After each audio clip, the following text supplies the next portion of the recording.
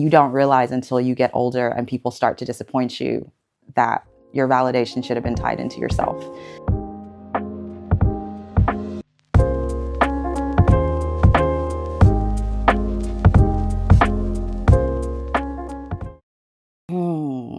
What I am most proud of in my life, I think would have to be my resilience.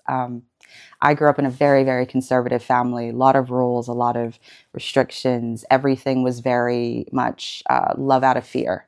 That was my model growing up. So love to me just felt like something you needed to earn, and your validation in yourself was something that just wasn't really existent.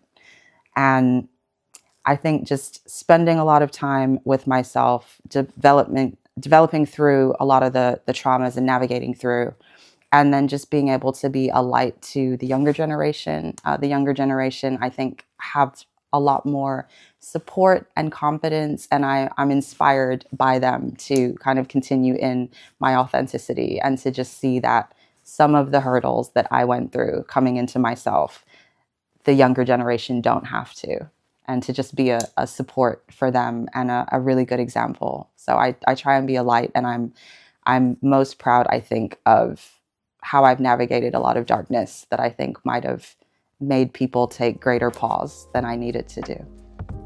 So something I can't live without would definitely be my journals. I'm a huge, huge journaler. I've got a bunch of different journals for just all different reasons. I'm very convoluted in the brain. So I have one journal that's just like lists and things to do, things I need to remember.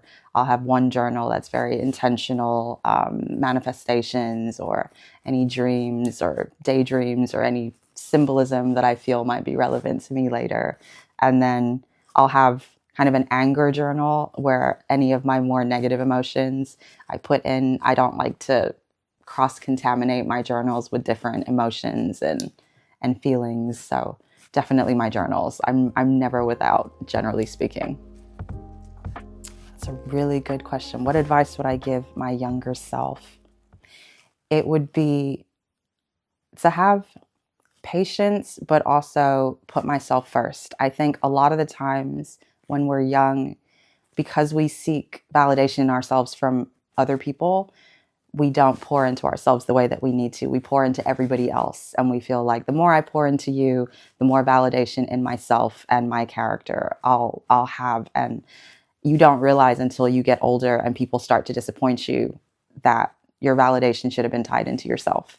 And there should have been a lot more work done on yourself. And now that I'm kind of an older gay, I appreciate the solitude and the time I've spent just in my own stillness, in my own brokenness, caring for myself, putting myself first. I don't think anybody should spend their best years on other people. Your best, strongest, most developmental years need to be put on yourself.